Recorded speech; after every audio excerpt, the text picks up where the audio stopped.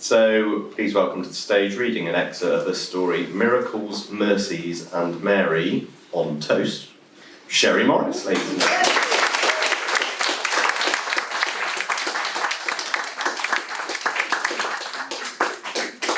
Yeah, that's all. So, thank you. I mean, well, you say I came the furthest, but I just came from London. Don't but... tell them that! You came from Scotland. Oh, yeah, okay. Well, we're going back. That's what we'll be going back to. Back to Scotland. So I'm going to read a bit from the middle of my story. So I just wanted to kind of set the scene a little bit. This story that I wrote is inspired by a story that my mom told me. So as you probably worked out, I'm not originally from these parts. But in our little town in Middle America, there is a man there who claims that the Virgin Mary began to visit him in his tractor cab while he was farming, plowing his fields or whatever they do. And he knew it was her because the cab always smelled of roses when she would appear to him. And she started asking him to do little tasks and kind of, become like her little errand boy. And I took all this information in. And I started thinking about, I didn't know this person and I don't know what their circumstances are, but I decided, what if this guy was married? And I decided to write the story from the point of view of his wife, if you had it. And so at the point of the story where I'm going to start, so Bobby, the farmer, has told his wife, Grace, what's been going on in his tractor cab. So, tell me everything, I said, from the beginning. He did. He told me about the tractor, the roses. She wanted him to lead a monthly 3-hour prayer service at the church where the annual crowning of the Virgin Mary took place. He also talked about preaching tours. He'd start small, traveling to neighboring communities, but this could grow into trips to other states, or even abroad, with shows involving him and his tractor, the cab filled with roses. I let him talk, wondering if he was listening to himself. In some ways, finding out what was going on was a relief. Bobby had been getting up extra early in the mornings and taking off in his truck. My wife's mind said farm work, but my woman's mind whispered affair. I wasn't sure what to make of what Bobby told me. My husband was being visited privately by a woman. Okay, maybe not a breathing one, but her ever-virginal body had been wholly assumed into heaven and was now apparently appearing before him. His heart and mind were full of her. She was taking his time and taking him away from me and the girls, just like a mistress would. He was waiting for me to respond. I need time to think about all this, Bobby.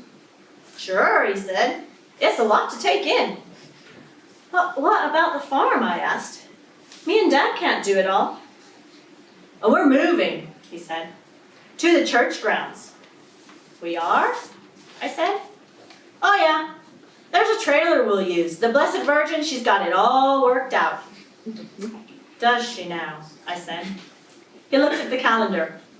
In 8 days, he said.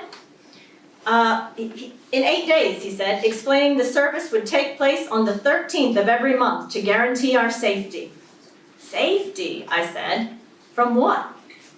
Tornadoes, Bobby replied solemnly. She's promised that if I lead a procession each month, no tornado will ever hit our town. I see, was all I could say. Pretty good deal, don't you think? When I didn't respond, he kissed the top of my head and returned to his tractor cab. And her.